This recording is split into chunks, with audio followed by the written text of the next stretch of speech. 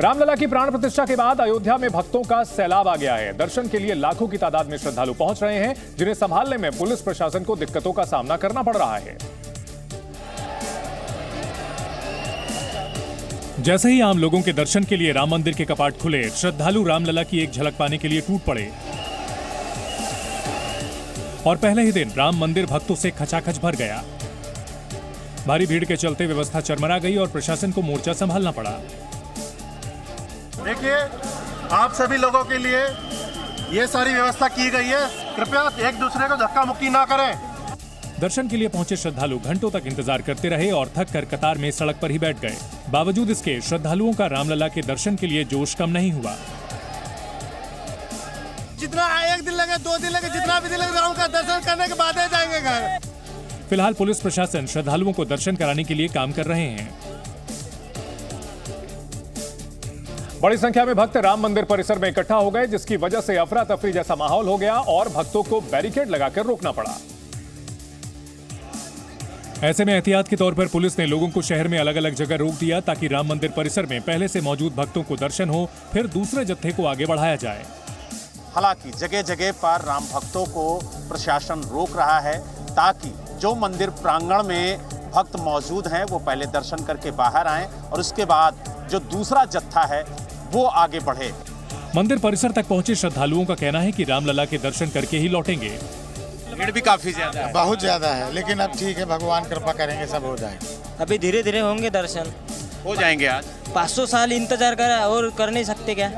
होंगे दर्शन। जबरदस्त भीड़ को देखते हुए राम मंदिर परिसर में 2 वैकल्पिक द्वार की व्यवस्था की गई और कई पुलिस अधिकारियों को तैनात किया गया है।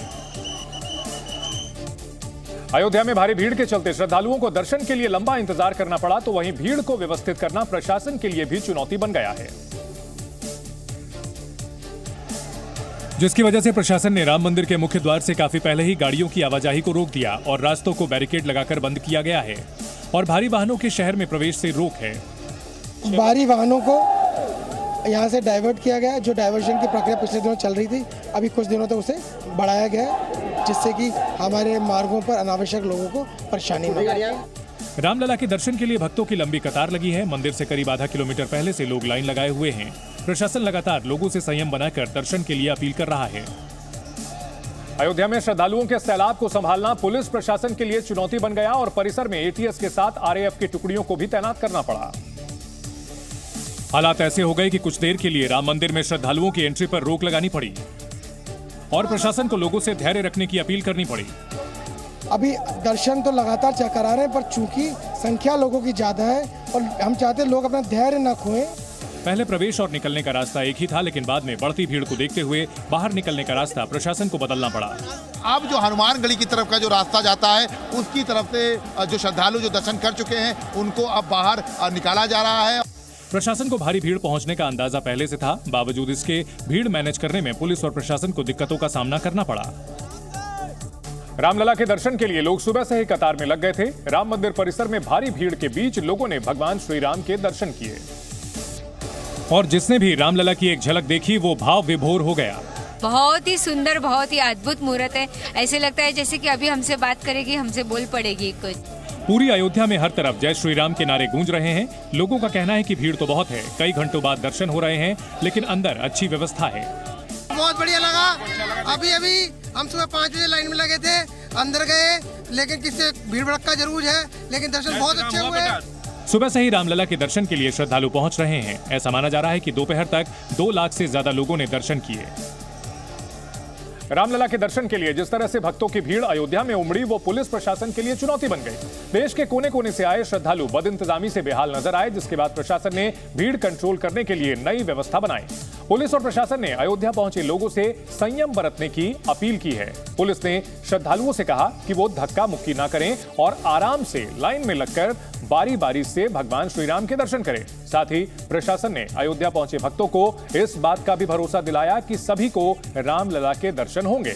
प्रशासन के मुताबिक शुरुआती दिक्कतों के बाद रामलला के गर्भगृह में दर्शन के लिए व्यवस्था ठीक कर दी गई है। साथ ही दर्शन के बाद ज्यादा से ज्यादा लोग बाहर निकल सकें, इसके लिए 2 वैकल्पिक रास्तों का इंतजाम किया गया है।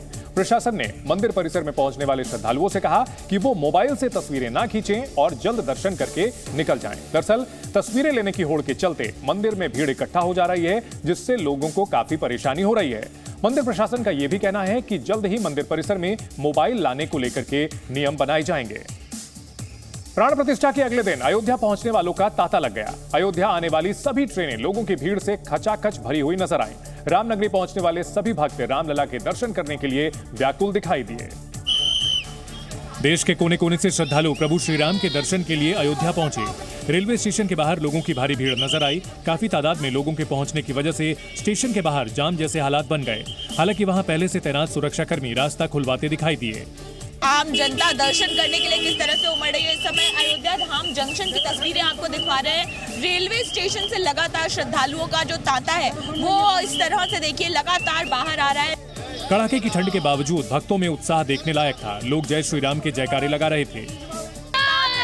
दिल्ली से दर्शन करने के लिए आस्था पथ पर बढ़ते राम भक्त और जय श्री राम के उद्घोष, ऐसा भक्तिमय माहौल और अद्भुत नजारा अयोध्या में चारों ओर दिखाई दिया। हालांकि आम लोगों के लिए मंदिर खुलने के पहले दिन अयोध्या में इतनी भीड़ उमड़ी कि वहां तैनात सुरक्षा कर्मियों के हाथ पांव फूल गए। सुरक्षा कर्मियों ने लोगों को वापस भेजना शुरू कर दिया और हालात को संभालने के लिए पुलिस ने जगह जगह बैरिकेड लगाकर लोगों को आगे बढ़ने से रोक दिया। वो बैरिकेड देखिए लगा दिया गया है और स्टेशन से जो डायरेक्ट एंट्री हो रही है उसको रोक दिया गया है। लोगों को अब यहाँ से आगे नहीं बढ़ने दिया जा रहा है। इस दौरान वहां तैनात कुछ सुरक्षाकर्मी राम भक्तों से दूसरे रास्ते से जाने की अपील करते नजर आए। अगर भीड़ बढ़ गई घूम के जाएंगे दूसरे रास्ते से। हालांकि आगे बढ़ने से रोके जाने के बावजूद लोगों में उत्साह कम नहीं हुआ। श्रद्धालुओं के जयघोष से पूरी अयोध्या और मंदिर परिसर राममय नजर आया।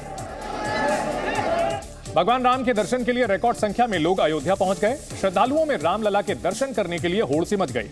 मंदिर के बाहर जुटी राम भक्तों की भीड़ को संभालने में वहां तैनात सुरक्षा कर्मियों की हालत खराब हो गई, जबकि मंदिर के बाहर भगदड़ जैसे हालात बन गए। बताया गया कि कतार में खड़े लोगों ने जबरन मंदिर में घुसने की कोशिश की, जिसके बाद वहां धक्का मुक्की शुरू हो गई। देखिए लाखों की संख्या में श्रद्धालु हैं। सबसे पहले आपको सीधे तस्वीरें दिखा देते हैं। देखिए यहाँ पर जो तमाम श्रद्धालु इंतजार कर रहे थे, क्योंकि मंदिर अभी दर्शनों के लिए बंद किया गया था, 2 बजे खुलना था, लेकिन उससे पहले लोगों की भीड़ जो है वो अब पुलिस के साथ धक्का मुक्की करती हुई नजर आ रही है। बाद में सुरक्षा कर्मियों ने भी मोर्चा संभाला और धक्का देकर लोगों को पीछे हटने पर मजबूर कर दिया। कुछ देर बाद सुरक्षा कर्मियों ने आगे की कतार में खड़े लोगों को वहीं बैठा दिया ताकि भीड़ पर काबू किया जा सके। इससे पहले आम लोगों के लिए जब पहली बार मंदिर खुला तो वहां आस्था का सैलाब उमड़ पड़ा। देर रात से ही श्रद्धालु रामलला के दर्शन के लिए मंदिर के बाहर पहुंच गए थे। रामलला के दर्शन करने के लिए इतनी ज्यादा भीड़ बढ़ गई कि अयोध्या जाने वालों की एंट्री पर रोक लगा दी गई। भीड़ को काबू करने में प्रशासन के पसीने छूट गए। भीड़ को बेकाबू होता देख DG law and order Prashant Kumar ने खुद मोर्चा संभाल लिया। वो दूसरे अधिकारियों के साथ राम मंदिर पहुंचे और हालात का जायजा लिया। डीजी प्रशांत कुमार राम भक्तों से रामलला के दर्शन के बाद श्रद्धालुओं को वहां से जाने का इशारा करते नजर आए। वहीं दूसरे अधिकारियों ने भी लोगों से शांति बनाए रखने की अपील की। किसी को असुविधा न हो, इसका ध्यान रखना हमारा प्रथम दायित्व है। उसी दायित्व का हम लोग निर्वहन कर रहे हैं और लोगों से अपील कर रहे हैं कि जो निर्देश पुलिस दे उन्हें माने। मुख्यमंत्री योगी आदित्यनाथ ने भी हेलीकॉप्टर के जरिए मंदिर परिसर का हवाई सर्वे किया। इस दौरान प्रमुख सचिव गृह और डीजी लॉ एंड ऑर्डर भी उनके साथ मौजूद रहे। रामलला की एक मूर्ति मंदिर में स्थापित हो गई और अब बाकी 2 मूर्तियां भी जल्द ही मंदिर में लगाई जाएंगी। रामलला की बाकी 2 मूर्तियों की तस्वीरें भी पहली बार सामने आई। इन मूर्तियों को जल्द ही मंदिर परिसर में लगाया जाएगा। प्राण प्रतिष्ठा से पहले 3 मूर्तियां बनाई गई थी, जिनमें से एक मूर्ति को गर्भगृह में स्थापित कर दिया गया है। आने वाले दिनों में राम मंदिर के अंदर मोबाइल फोन और कपड़ों पर दिशा निर्देश जारी हो सकते हैं। मंदिर के मुख्य पुजारी सत्येंद्र दास ने जी मीडिया से बातचीत में कहा कि अगर जरूरत पड़ी तो नियम बनाए जाएंगे। कल प्राण प्रतिष्ठा समारोह में पीएम मोदी की तुलना शिवाजी महाराज से करने पर उद्धव ठाकरे भड़क गए। मुंबई में शिवसेना के अधिवेशन के दौरान उन्होंने इसे गलत बताया। राम मंदिर के द्वार आज से आम लोगों के लिए खोल दिए गए। पहले दिन रामलला के दर्शन के लिए राम भक्तों की भारी भीड़ उमड़ी। प्राण प्रतिष्ठा के बाद रामलला की पहली भव्य आरती हुई। शंखनाद के साथ राम मंदिर के कपाट खोले गए। इसके बाद रामलला की पहली आरती की गई।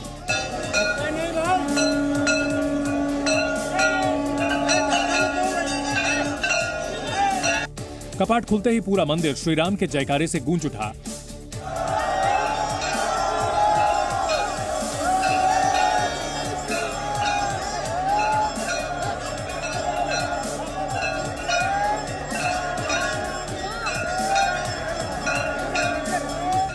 हालांकि रामलला की आरती में सभी श्रद्धालुओं को शामिल नहीं किया जा सकता था। ऐसे में गर्भगृह से दूर खड़े भक्तों ने भी श्री राम के जयकारे लगाए। मंगला आरती, श्रृंगार आरती, भोग आरती, संध्या आरती और शयन आरती, ये 5 आरतियां होती हैं। भगवान राम की पहली आरती में शामिल होने के लिए भक्त काफी उत्साहित नजर आए।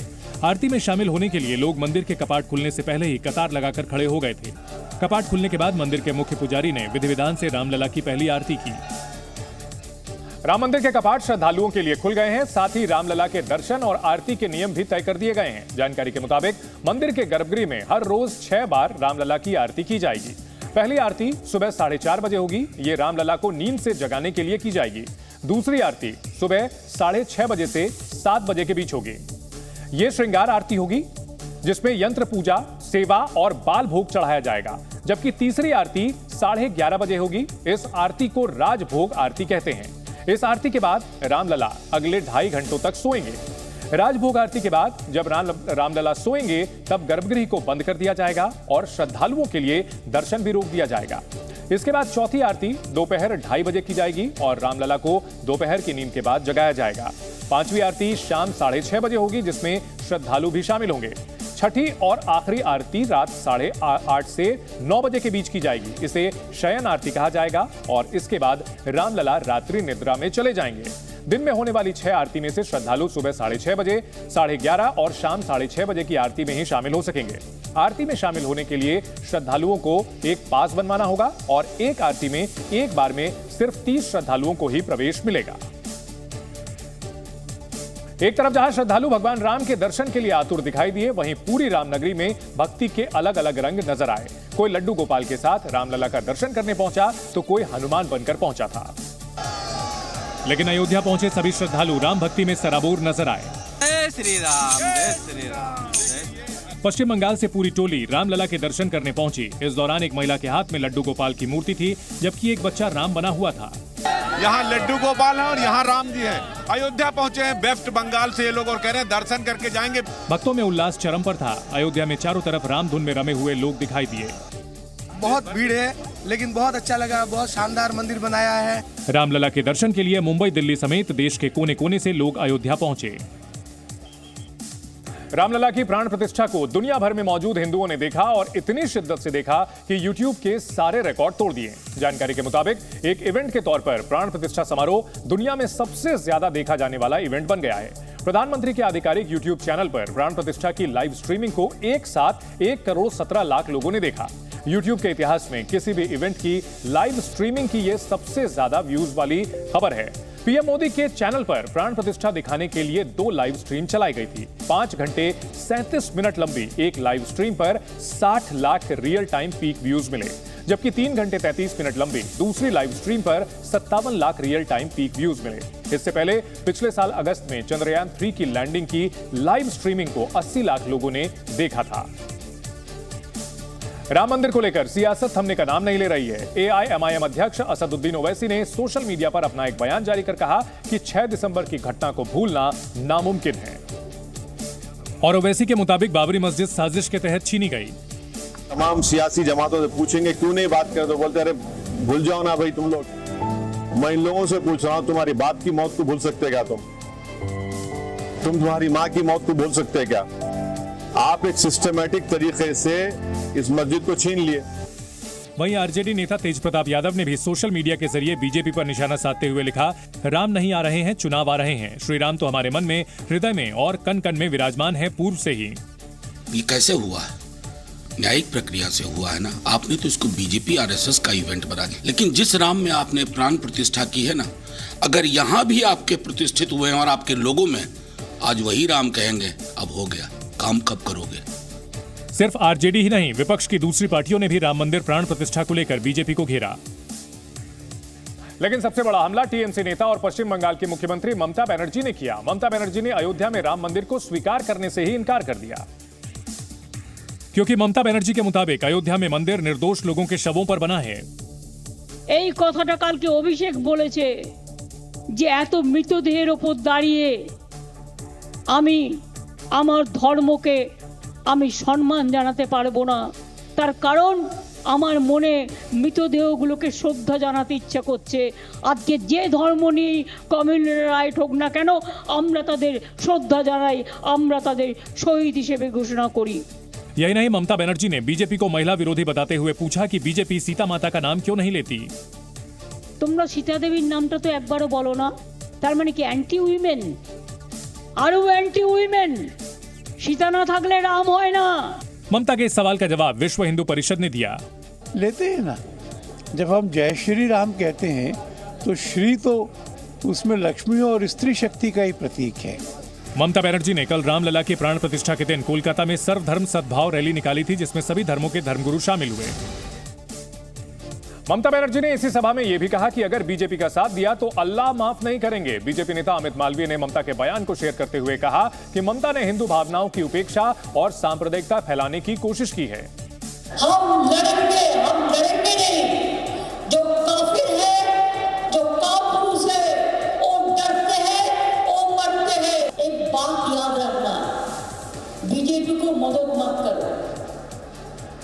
बीजेपी का अगर तुम लोग मदद करोगे कोई, तो अल्लाह का कसम आप लोगों को कोई माफी नहीं करेगा। ममता बनर्जी नहीं, शिवसेना उद्धव बाला साहेब ठाकरे के नेता उद्धव ठाकरे ने भी बीजेपी पर जोरदार निशाना साधा। उद्धव ठाकरे ने कहा कि श्रीराम किसी पार्टी की निजी प्रॉपर्टी नहीं है, इसलिए अब श्रीराम को बीजेपी मुक्त करना होगा। प्रभू श्रीरामचंद्र हे कोणत्याही एका व्यक्तीची किंवा एका पक्षाची मालमत्ता नाही, आणि जर तशी तुम्ही करत असाल तर आम्हाला सुद्धा भाजप मुक्त प्रभू श्रीराम करावा लागेल। भाजप मुक्त श्रीराम, नुसतं जय श्रीराम नाही, भाजप मुक्त जय श्रीराम। उद्धव ठाकरे नासिक में अपनी पार्टी के राज्यव्यापी अधिवेशन में बोल रहे थे। उधर कांग्रेस ने भी राम मंदिर उद्घाटन कार्यक्रम पर अपना बयान दिया। मैं तो आश्चर्य हूं, लोग सोच नहीं पा रहे कि समझ नहीं पा रहे हैं कि भगवान राम को मोदी जी लाने वाले हैं। क्या ये पहले थे ही नहीं? 500 वर्ष के पहले इसके मतलब थे ही नहीं। इन बयानबाजियों से साफ है कि राम मंदिर का मुद्दा आने वाले लोकसभा चुनाव में सबसे अहम मुद्दा होगा। विपक्ष के नेताओं के बयान के बाद पलटवार करने की बारी बीजेपी की थी। बीजेपी ने ममता बनर्जी से लेकर राहुल गांधी तक सब पर निशाना साधा और केंद्रीय मंत्री गिरिराज सिंह ने राहुल गांधी सहित कांग्रेस पर निशाना साधा। ये लोग धर्म विरोधी आदमी हैं और खास करके तुष्टीकरण की राजनीति करते हैं। मंदिर के लोकार्पण का समारोह का निमंत्रण को इनकार किया। जनता, देश की जनता ऐसे लोगों को माफ नहीं करेगी। वहीं बीजेपी नेता साध्वी प्राची ने भी कांग्रेस पर निशाना साधा। वो दुर्भाग्यशाली लोग हैं भाई, उनको हम क्या कहें। अरे सब लोग तरस रहे हैं रामलला जी के मंदिर के लिए, दर्शन के लिए।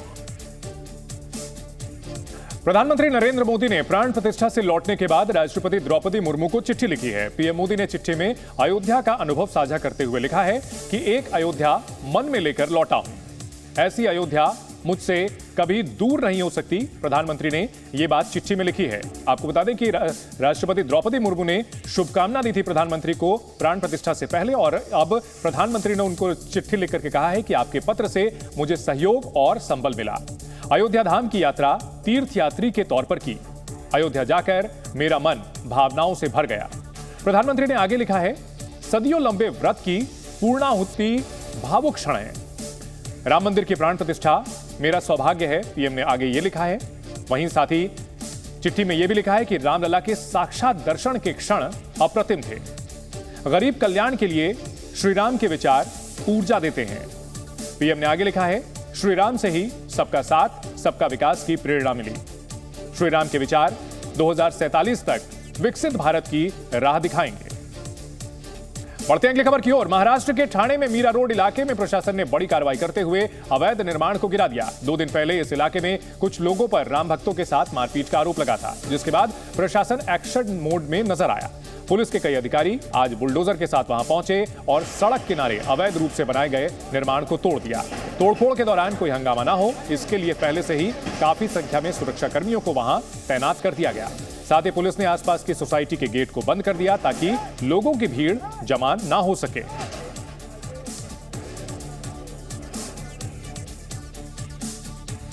भारत से तनाव के बीच चीन का जासूसी जहाज मालदीव के लिए रवाना हुआ।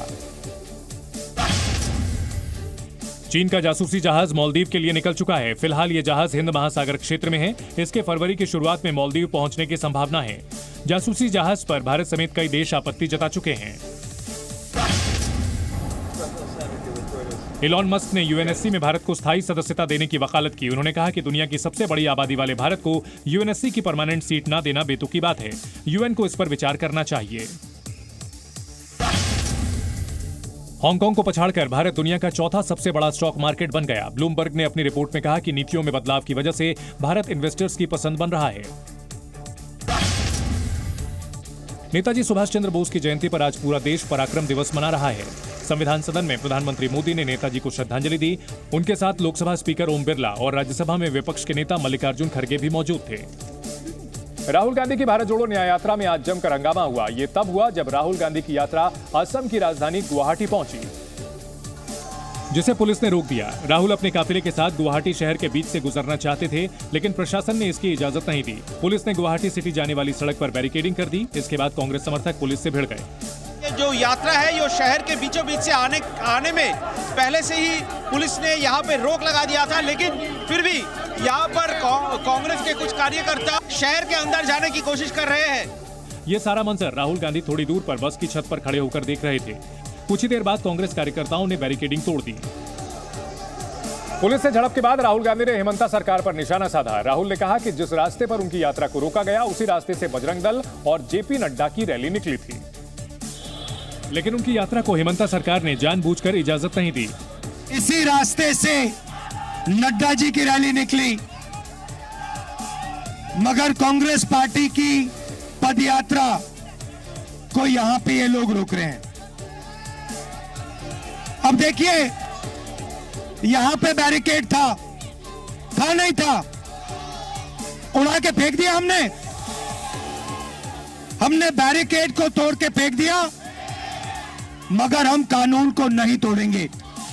राहुल गांधी की यात्रा असम में 25 जनवरी तक रहेगी। असम में दाखिल होने से पहले ही असम के मुख्यमंत्री हेमंता बिस्वा शर्मा ने कहा था कि अगर गुवाहाटी में शहर के अंदर से राहुल की यात्रा निकली तो वो राहुल के खिलाफ केस दर्ज करेंगे। जैसा कि हेमंता बिस्वा शर्मा ने चेतावनी दी थी, वैसा ही उन्होंने किया भी। उन्होंने राज्य के डीजीपी को इस मामले में एफआईआर दर्ज करने के निर्देश दिए, जिसके बाद गुवाहाटी में राहुल गांधी और आयोजकों के खिलाफ एफआईआर दर्ज हुई। राहुल पर तय रूट बदलने का आरोप लगाया गया। दरअसल प्रशासन ने यात्रा को नेशनल हाईवे पर जाने का निर्देश दिया था, लेकिन राहुल की यात्रा शहर से गुजरने पर आमादा थी। हेमंता बिस्वा शर्मा ने राहुल गांधी पर भीड़ को उकसाने का आरोप लगाया। उन्होंने सोशल मीडिया पोस्ट के जरिए कांग्रेस पर निशाना साधते हुए लिखा, प्रमाण सामने आ रहे हैं कि किस प्रकार से राहुल गांधी और जितेंद्र सिंह ने भीड़ को असम पुलिस के जवानों को मारने के लिए भड़काया। हमारे जवान जनता के सेवक हैं, किसी शाही परिवार के नहीं। निश्चिंत रहिए, कानून के हाथ बहुत लंबे होते हैं, आप तक जरूर पहुंचेंगे। आज की घटना के बाद हेमंता और राहुल गांधी के बीच वार पलटवार शुरू हो गया। हेमंता ने लोकसभा चुनाव के बाद राहुल को गिरफ्तार करने की बात कही तो राहुल ने कहा कि हेमंता डरे हुए हैं। और पुलिस इनक्वायरी करी जी व्यवस्था लब लगे लब, আমি এৰেষ্ট নকৰো, লোকসভা ইলেকশনৰ পিছত এৰেষ্ট কৰিম। ये केस इसलिए लगा रहे हैं क्योंकि इनके दिल में डर है। ये डरे हुए हैं कि असम की जनता तूफान जैसे, आंधी जैसे उनके खिलाफ खड़ी हो रही है। राहुल गांधी ने गुवाहाटी में प्रेस कॉन्फ्रेंस भी की। राहुल गांधी ने हेमंता बिस्वा शर्मा पर निशाना साधते हुए उन पर भ्रष्टाचार के आरोप लगाए और उन्हें सबसे भ्रष्ट मुख्यमंत्रियों में से एक करार दे दिया। The chief minister of this state is one of the most corrupt chief ministers in the country. Rahul के मुताबिक उनकी यात्रा को जितना रोका जाएगा वो उतनी ही कामयाब होगी। सबसे पहले इससे यात्रा का फायदा हो रहा है। जो पब्लिसिटी हमें शायद नहीं मिलती और शायद उनके पीछे अमित शाह हमारी मदद कर रहे हैं। राहुल गांधी ने यह भी दावा किया कि देश में बीजेपी की कोई लहर नहीं है। ऐसी कोई बात नहीं है कि लहर है, ऐसी कोई बात नहीं है। मैंने आपको उस दिन भी बताया, ये बीजेपी का एक पॉलिटिकल प्रोग्राम है। इसमें उन्होंने नरेंद्र मोदी जी ने वहाँ पे मतलब पूरा फंक्शन किया, शो किया। इससे पहले राहुल गांधी ने असम मेघालय सीमा पर युवाओं को संबोधित करते हुए आरोप लगाया कि सरकार उन्हें यूनिवर्सिटी में छात्रों से मिलने नहीं दे रही है। हिंदुस्तान के होम मिनिस्टर ने फोन उठाया, आपके चीफ मिनिस्टर को फोन लगाया, कहा राहुल गांधी को स्टूडेंट से नहीं मिलने देना है। राहुल गांधी ने आरोप लगाया कि उत्तर पूर्व को गुलाम बनाने की साजिश चल रही है, साथ ही नॉर्थ ईस्ट की आवाज दबाई जा रही है। विरोधी दलों के गठबंधन इंडिया में सीट बंटवारे पर कलह बढ़ती जा रही है। अभी तक किसी भी राज्य में सीटों के फॉर्मूले पर बात नहीं बन पाई है। पश्चिम बंगाल की मुख्यमंत्री ममता बनर्जी ने वाम दलों पर हमला बोला। ममता ने कहा कि जिसके खिलाफ लड़ाई लड़ी उसकी सलाह नहीं मानेंगे। हम लोग मीटिंग में जाते हैं, हम देखते हैं सीपीएम मीटिंग को कंट्रोल करते हैं। जिसको 34 साल हमारा जिंदगी में लड़ाई किया हमने, हम उसको कोई एडवाइस नहीं मानेंगे। कांग्रेस भी ममता बनर्जी को घेर रही है। कांग्रेस नेता अधीर रंजन चौधरी ने कहा कि हम किसी के दया पर चुनाव नहीं लड़ेंगे। और ममता बनर्जी की दया से हम लोग नहीं चुनाव लड़ेंगे और लड़ने के नहीं चाहते। कांग्रेस पार्टी अपनी ताकत पर चुनाव लड़ना जानते हैं। ममता ने कांग्रेस को भी समझाया कि चुनाव में बीजेपी से मुकाबला करने के लिए तृणमूल कांग्रेस के पास ताकत भी है और पश्चिम बंगाल में जनाधार भी।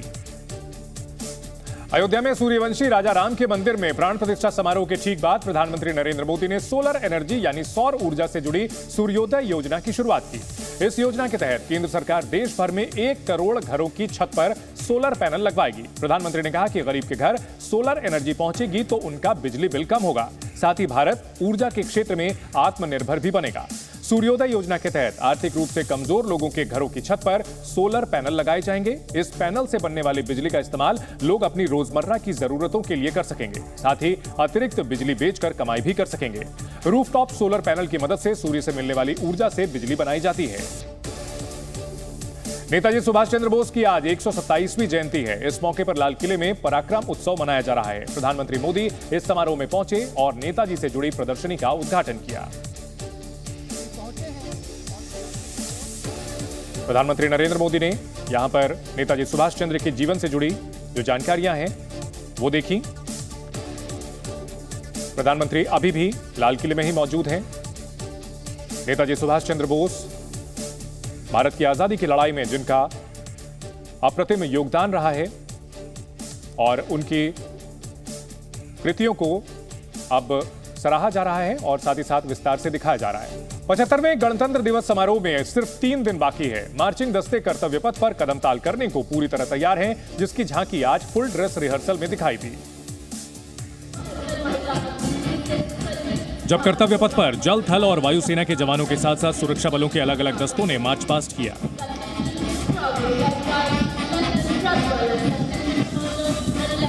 कोहरे और कपा देने वाली ठंड के बीच नौसेना की टुकड़ी कर्तव्य पथ पर मार्च करती हुई बढ़ी। नेवी बैंड के अलावा दस्ते में महिला सैनिक भी शामिल हैं और सबका जोश हाई है।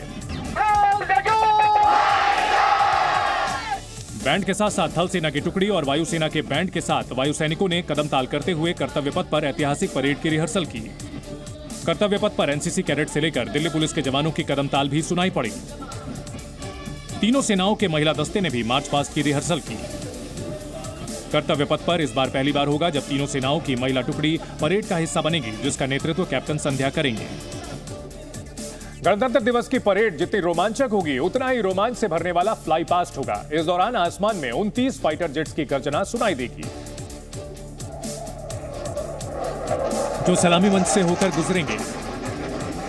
गणतंत्र दिवस की परेड के बाद वायुसेना का फ्लाई पास्ट होगा, जिसमें 51 एयरक्राफ्ट हिस्सा लेंगे, जिनमें मिग-29, सुखोई 30 MKI समेत 29 फाइटर जेट होंगे। वहीं फ्रांस से खरीदे गए राफेल फाइटर जेट की गर्जना भी सुनाई देगी। इसके अलावा अपाचे अटैक हेलीकॉप्टर समेत 13 हेलीकॉप्टर भी शामिल होंगे। इस दौरान वायुसेना के विमान कई फॉर्मेशंस के साथ उड़ान भरेंगे। ग्रुप कैप्टन नागेंद्र अभिषेक हूं और मैं अमृत फॉर्मेशन का लीडर हूं।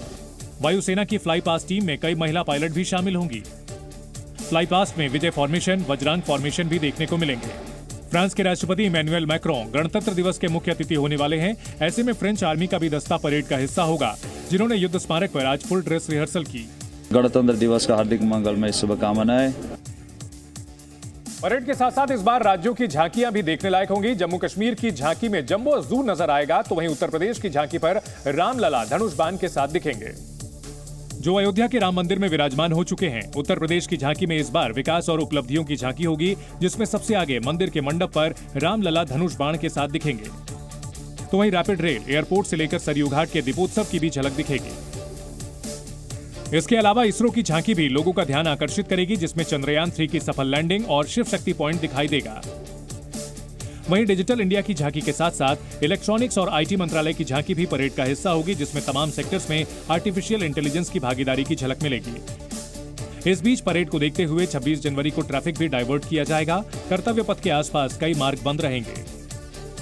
विदेशी निवेशकों की बिकवाली के चलते आज भारतीय शेयर बाजार में तगड़ी गिरावट देखी गई। दिन का कारोबार खत्म होने पर सेंसेक्स 1053 अंक नीचे 70,371 पर बंद हुआ।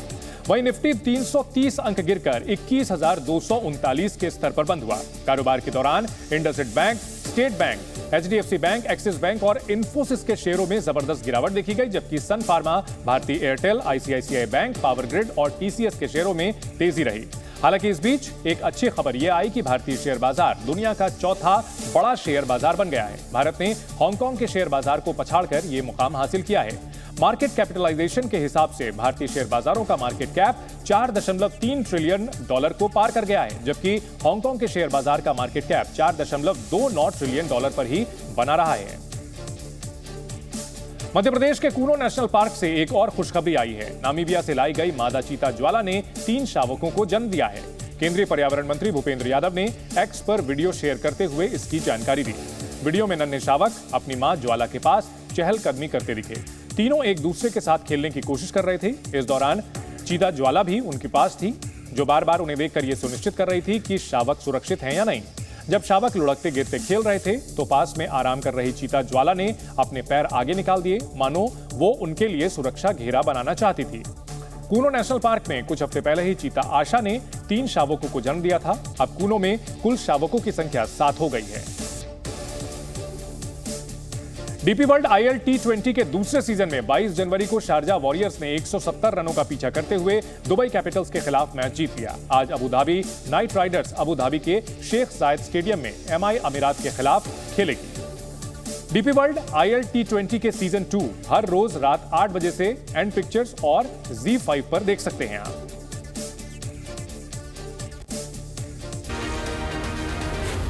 Z News।